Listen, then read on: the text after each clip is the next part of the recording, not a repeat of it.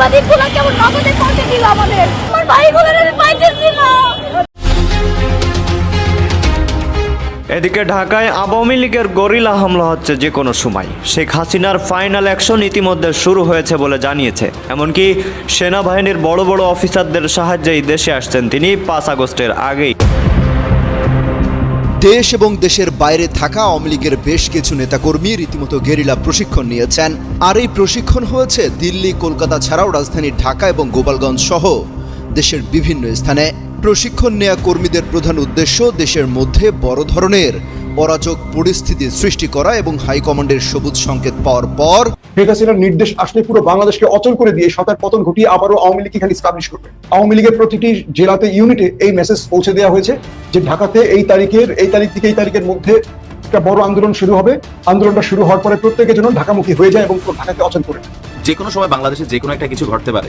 আমাদের সেনাবাহিনীর একজন কর্মকর্তা, একজন মেজর এবং তার স্ত্রী, পুলিশের একজন ঊর্ধ্বতন কর্মকর্তা, দুজন জামাই বউ মিলে আওয়ামী লীগের 400 থেকে কেউ কেউ বলছে 2000 মানে কমান্ডো ট্রেনিং দিচ্ছেন এই ইউনূস সরকারকে উৎখাত করার জন্য। আগস্ট শুরু হয়ে গেছে, কিন্তু কেউ জানে না রাজনীতিতে কি ঘটবে, কোনো আশার বাণী নেই।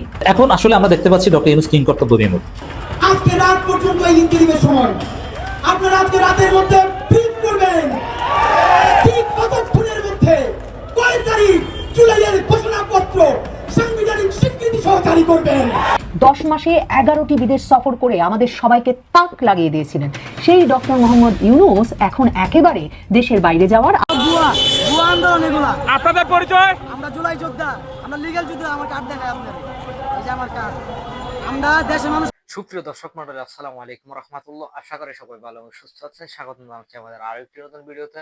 সুপ্রিয় দর্শক মণ্ডলী, ভিডিওর থাম্বনেল সেটা ভিডিওর কিছু অংশ বিশেষ দেখে আপনারা ইতিমধ্যে ধারণা করতে পারছেন আজকের ভিডিওটি কতটা গুরুত্বপূর্ণ।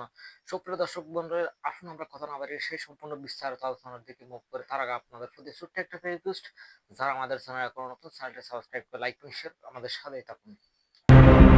দেশ এবং দেশের বাইরে থাকা আওয়ামী লীগের বেশ কিছু নেতাকর্মী রীতিমতো গেরিলা প্রশিক্ষণ নিয়েছেন। আর এই প্রশিক্ষণ হয়েছে দিল্লি, কলকাতা ছাড়াও রাজধানী ঢাকা এবং গোপালগঞ্জ সহ দেশের বিভিন্ন স্থানে। প্রশিক্ষণ নেওয়া কর্মীদের প্রধান উদ্দেশ্য দেশের মধ্যে বড় ধরনের অরাজক পরিস্থিতি সৃষ্টি করা এবং হাইকমান্ডের সবুজ সংকেত পাওয়ার পর ঢাকা দখলে নেয়া। এজন্য মাস্টার প্ল্যানের অংশ হিসেবে তালিকাভুক্ত হাজার হাজার নেতাকর্মী দেশ ও বিদেশে প্রশিক্ষণ নিচ্ছেন। এরই মধ্যে কোর গ্রুপের একটি বড় অংশ প্রাথমিক প্রশিক্ষণ শেষও করে ফেলেছে। সম্প্রতি পুলিশের হাতে গ্রেপ্তার হওয়া এই চক্রের কয়েকজন সদস্যের কাছ থেকে চাঞ্চল্যকর এমন অনেক তথ্য বেরিয়ে আসছে। সরকারের নির্ভরযোগ্য একাধিক সূত্র যুগান্তরকে বিষয়টি নিশ্চিত করেছে। সূত্র জানায়, অবাক হওয়ার মতো বিষয় হলো, যারা প্রশিক্ষণ নিয়েছে তাদের একটি অংশ অবসরে যাওয়া সরকারি কর্মকর্তা কর্মচারী, যারা এখন আওয়ামী লীগের রাজনীতির সঙ্গে যুক্ত রয়েছে। চূড়ান্ত সফলতা অর্জনের আগ পর্যন্ত এই প্রশিক্ষণ অব্যাহত রাখার পরিকল্পনা রয়েছে আওয়ামী লীগের। এরই অংশ হিসেবে 8 জুলাই রাজধানীর একটি কনভেনশন হলে 400 জনকে প্রশিক্ষণ দেওয়া হয়। ওই প্রশিক্ষণ চলাকালে কনভেনশন সেন্টারে দেওয়া হয় সরকার বিরোধী নানা স্লোগান। সূত্র জানায়, কনভেনশন হলে প্রশিক্ষণের তথ্য পেয়ে 13 জুলাই রাজধানীর একটি আবাসিক এলাকায় অভিযান চালায় আইন প্রয়োগকারী সংস্থার বিভিন্ন ইউনিট। বাংলাদেশের প্রথম 5D AI ইনভার্টার যুক্ত সর্বোচ্চ বিদ্যুৎ সাশ্রয়ী যমুনা এয়ার কন্ডিশন। ওই অভিযানে গ্রেপ্তার করা হয় সোহেল রানা ও শামিমা নাসরিন শম্পা নামের দুজনকে। প্রশিক্ষণ কর্মসূচিতে কি ধরনের আলোচনা হয়েছে জানতে চাইলে নাম প্রকাশে অনিচ্ছুক সংশ্লিষ্ট সূত্র জানায়, গ্রেপ্তারকৃতরা এই বিষয়ে অনেক গুরুত্বপূর্ণ তথ্য দিয়েছে। এসব তথ্য যাচাই করে দেখা হচ্ছে। তারা জানিয়েছে, ঢাকা দখল করাই ছিল তাদের প্রধান টার্গেট। এজন্য তারা সাবেক প্রধানমন্ত্রী শেখ হাসিনার নির্দেশের অপেক্ষায় ছিলেন। পরিকল্পনা মোতাবেক শেখ হাসিনার নির্দেশ পাওয়ার সঙ্গে সঙ্গে সারা দেশ থেকে তালিকাভুক্ত হাজার হাজার নেতাকর্মী একযোগে ঢাকায় চলে আসবেন। সবাই সমবেত হবেন রাজধানীর শাহবাগে। শাহবাগ মোড় দখল করে জনমনে আতঙ্ক তৈরি সহ জনগণকে জানান দেওয়া হবে যে আওয়ামী লীগের কয়েক লাখ লোক ঢাকা দখলে নিয়ে ফেলেছে। প্রশাসনও তাদের সঙ্গে আছে, তাৎক্ষণিকভাবে এর প্রভাব পড়বে সারা দেশে। এভাবে ভয়াবহ পরিস্থিতি সৃষ্টি করতে সক্ষম হলে পরবর্তী পদক্ষেপ হিসেবে শেখ হাসিনাকে ভারত থেকে দ্রুত ফিরিয়ে আনার প্রক্রিয়া শুরু হবে।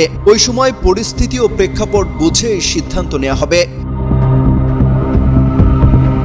জানতে চাইলে ঢাকা মহানগর গোয়েন্দা পুলিশের গুলশান বিভাগের উপকমিশনার কামরুল হাসান যুগান্তরকে বলেন, এটি একটি অনেক বড় কর্মযজ্ঞ।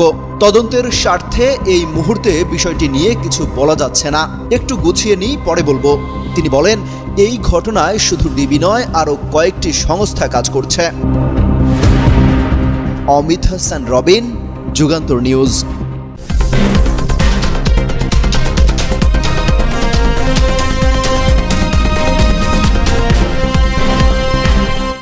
শাহবাগ কেন্দ্র করে একটা আন্দোলন তৈরি করবেন, পুলিশ তাদের উপর মারমুখী হলে তারা পুলিশের সাথে সংঘর্ষে যাবেন এবং তাদের কাছে প্রচুর অস্ত্র সাপ্লাই দেওয়া হয়েছে, অর্থ সাপ্লাই দেওয়া হয়েছে। পুরো ঢাকা ক্লবস করে দিয়ে তারা ঢাকার মধ্যে অবস্থান নেবেন। এদের খাবারের ব্যবস্থা করা হয়েছে, এরা কোথায় কোথায় থাকবে এই ব্যবস্থাগুলো নেওয়া হয়েছে। এগুলো কিন্তু আমার একটা বানানো খবর না, এগুলো গোয়েন্দা টিমের তথ্য। সেই সূত্রগুলো থেকে আমি আপনাদের খবরগুলো দিচ্ছি। তারা এইভাবে পরিকল্পনা করে পুরো ঢাকাকে অচল করে দেওয়ার প্ল্যান করেছে। সর্বশেষ সেই সূত্রে পুলিশের কয়েকটি গোয়েন্দা ইউনিট এই তথ্য পায় এবং তাদের ধরে 16 জনকে গ্রেপ্তার করা হয়। বাকিদের বিরুদ্ধে এখন অভিযান চলছে এবং বলা হচ্ছিল যে তারা যখন ঢাকা আন্দোলন শুরু করবে সারা দেশ থেকে আওয়ামী লীগের নেতা কর্মীরা ঢুকে পড়বে, ঢুকে পুরো ঢাকাকে অচল করে দেবে এবং পুলিশ কোনো প্রকার সহযোগিতা করবে না। কারণ পুলিশের সিনিয়র কয়েকটা পর্যায়ে রদবদল করা হয়েছে। এরা অসহায় হয়ে যাবে, কারণ এদের বন্দুক, তখন এদের কনস্টেবলরা এদের মাথায় বন্দুক ঠেকিয়ে দেবে। সেনাবাহিনীর মধ্যে এখন পর্যন্ত গুরুত্বপূর্ণ পদগুলোতে সেই আওয়ামী লীগের রেখে যাওয়া ব্যক্তিরাই বসে আছেন। সেনাবাহিনী পুলিশের পক্ষে দাঁড়াতো না বা সেনাবাহিনী আওয়ামী লীগের পক্ষে দাঁড়াতো, এরকম কিছু ইঙ্গিত পাওয়া যাচ্ছে। আমি জানি না সেনাবাহিনীর সম্পর্কে যে তথ্যটি আসলে সঠিকই ব্যাঠিক। তো সেনাবাহিনীর মধ্যে বিজিবিকে মাঠে নামালে বিজিবিও অ্যাক্টিভলি কাজ করছে না। এখন পর্যন্ত বিজিবি প্রধানকে আওয়ামী লীগের রেখে যাওয়া সেই ব্যক্তি। তো সবকিছু মিলে ইউনুস সরকার শেখ হাসিনাকে আবারও বাংলাদেশে আরেকটি পাল্টা কু করার সুযোগ তৈরি করে দিয়েছেন। ইউনুস সরকার তার এনজিও ফোরামের লোকগুলোকে ক্ষমতায় বসিয়ে রেখেছেন। আমাদের বৈষম্য বিরোধী আন্দোলনের ছেলেরা যারা এখন ক্ষমতায় বসে আছেন, ক্ষমতার চেয়ারে আছেন, এদেরকে টাকা দিলে আপনি যে কোনো জায়গায় বহাল হতে পারবেন। আপনি যদি কোনো ডিসি কে বদলি করবেন, ডিসি যায় যদি কোন একজন উপদেষ্টার পিএস এপিএস এর মাধ্যমে একটা বড় অ্যামাউন্ট দিয়ে আসছে, তিনি সেই পদে বহাল আছেন। অনেকের চাকরি শেষ হয়ে গেছে, অনেকের রিটায়ার্ড গেছে, কিন্তু এখন সেই পদে বহাল আছেন, কারণ উপদেষ্টাদের পিএস দের টাকা দিয়ে তারা সেই পদগুলোতে এখনো বহাল আছে। একজন দুজন না, এরকম অজস্র ব্যক্তির আছে। তো এই বিষয়গুলো এখন পর্যন্ত সরকারের ভেতরে আমি বলবো যে হাসিনাকে আবারও বাংলাদেশে রাজনৈতিকভাবে প্রবেশের একটা রাস্তা করে দিচ্ছে আমাদের নেপথ্যের অর্থলোভী ষড়যন্ত্রকারীরা। তো বলা হচ্ছে এসবির পক্ষ থেকে, ডিবির পক্ষ থেকে, এনএসএর পক্ষ থেকে বলা হচ্ছে আগামী 7 থেকে 8 দিন বাংলাদেশ একটা ক্রুশিয়াল টাইম পার করতে পারে। যে কোনো সময় আওয়ামী লীগ বড় একটা ম্যাসাকার, হত্যাযোগ্য চালাতে পারে। শুধু এখানেই না, বিভিন্ন ভবনে, স্কুল, কলেজে বড় রকম কোনো দুর্ঘটনা ঘটতে পারে। কোথাও বোমা পেতে রাখার ঘটনা, কোথাও বিস্ফোরণ, কোনো বাসে, কোনো উপদেষ্টার বাড়িতে, কোনো বিএনপি জামাত নেতার বাড়িতে বিস্ফোরণের ঘটনা ঘটতে পারে। অর্থাৎ আগামী 7 থেকে 8 দিন বাংলাদেশ একটা বড় রকম কি বলবো অরাজকতার দিকে যেতে পারে। সকল বিষয় এই সরকার এখন সর্বোচ্চ সচেতনতার জন্য তারা পুলিশ বাহিনীকে বললেও, পুলিশ বাহিনী তো আওয়ামী লীগের লোকগুলি বসে আছে। পুলিশের ডিএজি, আইজি, গোয়েন্দা শাখার প্রধান, ডিসি, এরা তো মাঠে কাজ করে না খুব একটা। এরা এদের টিমকে নির্দেশনা দেয়। টিমগুলো আওয়ামী লীগের আমলে নিয়োগ পাওয়া সব কনস্টেবল, এসআই সবগুলি তাদের আমলের লোক। এরা কতটুকু কাজ করবে? দেখা গেছে এদিক থেকে ওইদিকে কিছু রদবদল করা হয়েছে।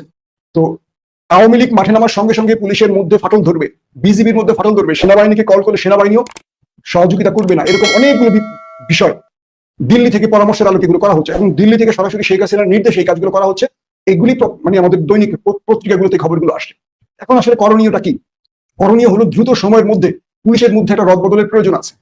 দ্রুত সময়ের মধ্যে যাদেরকে গ্রেফতার করেছে সরকার, তাদের কাছ থেকে জিজ্ঞাসা করে বাকি সবার নাম জেনে নেওয়া। পুলিশের মধ্যে কারা কারা আছে তাদের নাম সংগ্রহ করা, সেনাবাহিনীর মধ্যে কারা কারা আছে তাদের নাম সংগ্রহ করা, কারা শেখ হাসিনাকে আবারও বাংলাদেশে ইস্টাবলিশ করছে তাদের প্রত্যেকের নাম ধরে দ্রুত সময় তাদের গ্রেফতার করা। এখন পর্যন্ত বিদ্যমান আইনি কাঠামোতে আমাদের শহীদ ভাইয়েরা রাষ্ট্রদ্রোহী। এখন পর্যন্ত আইনি কাঠামোতে কেন তাদেরকে জাতির শ্রেষ্ঠ সন্তান করা গেল না? আমরা সবাই চান দেওয়ার জন্য রাস্তায় নামছি, তখন জাতীয় ঐক্য কমিশন রাত 12টা পর্যন্ত মিটিং করে। গত 1 বছর করছি কি তখন রাত 12টা পর্যন্ত মিটিং করেন নাই কেন? একটা ঘোষণা আমাদেরকে সনদ দেওয়া হইলো, চ্যাটজিপিটিকে জিজ্ঞেস করছি একটা কেমন ঘোষণা দেওয়া যায়। চ্যাটজিপিটি একটা দিয়েছে, প্রিন্ট দিয়ে সবাই দিয়ে দিয়েছে। কি ভাই, এই চ্যাটজিপিটির জুলাই সনদ আমরা মানি না। আপনারা জানেন, আমাদের অনেকে জানতে চাচ্ছেন আগামী 3 তারিখ থেকে কফিন মার্চের ঘোষণা করেছি আমরা, তা হবে কিনা? বাংলাদেশ আজকে প্রোগ্রাম করার জন্য আমাদের আরেকটি